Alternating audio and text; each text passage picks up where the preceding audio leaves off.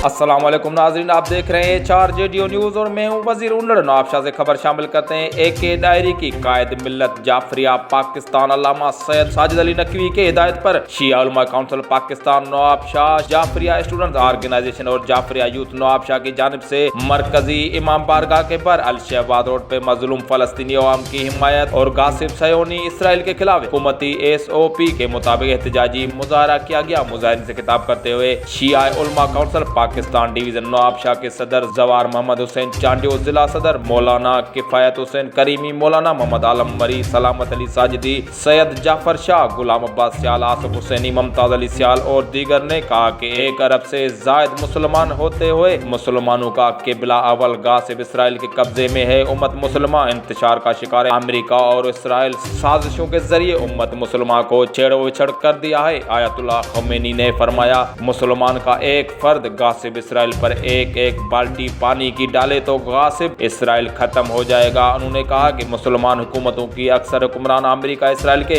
Agent बन चुके हैं, इसलिए फलस्तीन कश्मीर, यमन और दीगर इलाकों में उम्मत मुस्लिम का बेगुनाह खून बहाया जा रहा है। अक़वाम मुत्तहिदा और इंसानी हकूक़ की तंजीमें खामोश तमाशाई बनी हुई हैं और वो अमेरिका के पास यरगुमाल हैं। इंडिया, अमेरिका और इसराइल एक हैं। उम्मत मुसलमान भी मुत्तहद होकर जज्बा ईमानी तहत अमेरिका, इसराइल और इंडिया का मुकाबला करे और फलस्तीन, कश्मीर और यमन को आज़ाद कराए। इस मौके पर अमेरिका इसराइल के खिलाफ शदीद नारेबाजी की गई और फलस्तीन, कश्मीर और यमन की आज़ादी का मुतालबा किया गया। आखिर में मुल्क की सलामती, कोरोना वायरस के खात्मे और मजलूमों की मदद की दुआ भी मांगी गई।